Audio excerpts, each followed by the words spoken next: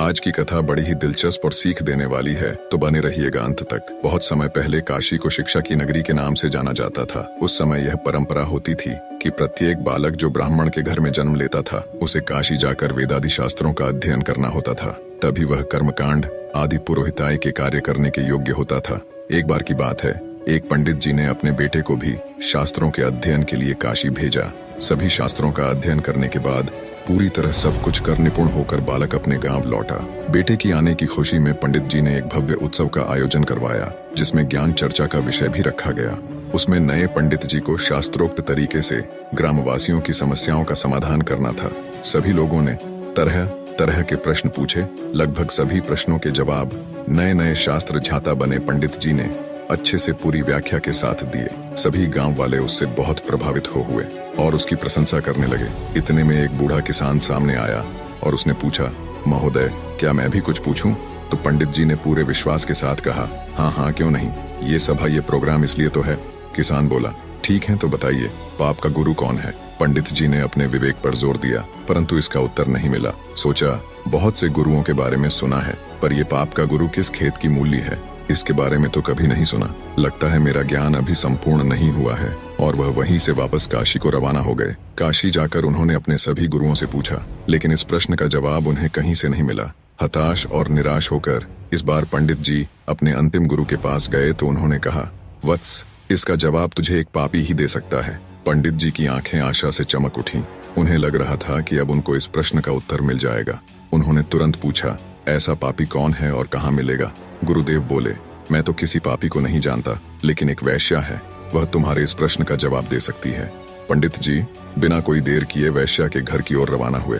पंडित जी को आता देख वैश्या ने स्वागत में ताना कसते हुए कहा, ज्ञान के साधक, आज अज्ञान की सेवा में कैसे? पंडित जी ने स्वाभिमान पूर्वक कहा, हे देवी, मुझे आपसे केवल अपने एक प्रश्न का उत्तर चाहिए और उसका उत्तर केवल तुम ही दे सकती हो, इसलिए तुम्हारे पास आना पड़ा। मुस्कुराते हुए वैश्या बोली, पूछिए महाशय, ऐसा कौन सा प्रश्न है जिसका जवाब केवल मैं ही दे सकती हूँ? पंडित जी बोले, मैं जानना चाहता हूँ कि पाप का गुरु कौन है। वैश्या ठहाका लगाकर हंसी और फिर गंभीर होकर बोली, महाशय, इसके लिए आपको कुछ दिन यहाँ रहना पड़ेगा। अब पंडित जी इस प्रश्न के उत्तर में पहले ही काफी भटक चुके थे, इसलिए उन्होंने वैश्या की बात मानकर वहाँ रहना स्वीकार कर लिया। लेकिन पंडित जी बोले, हे देवी, मैं यहाँ रह तो लूंगा, लेकिन खाना पानी अपने खुद के हाथ का बनाया हुआ ही लूंगा। वैश्या बोली, जी अवश्य। इस तरह 4 दिन बीत गए। प्रतिदिन पंडित जी खाना बनाते और अपनी पेट पूजा करते थे। आखिर परेशान होकर पंडित जी ने वैश्या से पूछ ही लिया, हे देवी, मुझे मेरे प्रश्न का जवाब कब मिलेगा? वैश्या बोली, थोड़ा धैर्य धारण कीजिए महोदय, बस 1 दिन की और बात है। उसी दिन पंडित जी का खाने पीने का सामान भी खत्म हो गया। वैश्या का ठिकाना गांव से काफी दूर था। भयंकर गर्मी और चिलचिलाती धूप देखकर पंडित जी ने सोचा, अभी तो बहुत गर्मी है, सूर्य ढल जाएगा, तब शाम को बाजार जाकर सामान लाऊंगा। और भूखे पेट ही काम में लग गए। सुबह से भूखे पंडित जी अपनी पोथियों के पन्ने पलट रहे थे। तभी अचानक वैश्या का आगमन हुआ। वैश्या बोली, पंडित जी, आप अकेले खाना बनाते हैं, कितने परेशान हो जाते हैं। एक काम कीजिए, कल से नहा धोकर आपके लिए खाना मैं ही बना दिया करूंगी। इससे मुझे भी आपकी सेवा का कुछ पुण्य मिल जाएगा और भोजन के साथ दक्षिणा में मैं आपको एक सोने की मुहर दूंगी।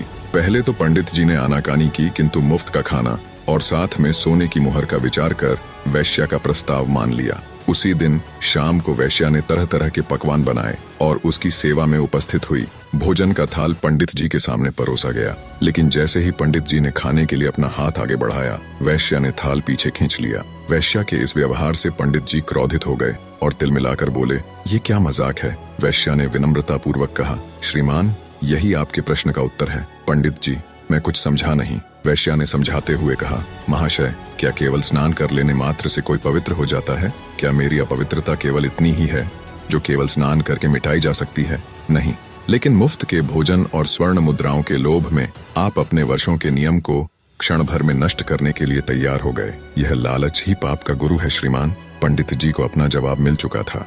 निष्कर्ष, ये लोभ ही है जो हमारी पवित्रता को नष्ट करता है। अब वो किसी भी रूप में हो सकता है, धन दौलत, चाहना आदि आदि। कहा गया है, ये लोभ कोई छोटी चीज नहीं बल्कि काल का पुत्र है, इसलिए इससे जो बच गया वो पार उतर गया। वीडियो अगर पसंद आया हो तो वीडियो को लाइक और हमारे चैनल को सब्सक्राइब करें और अपने दोस्तों के साथ शेयर करें। धन्यवाद। और कमेंट करके बताएं वीडियो कैसी लगी। धन्यवाद।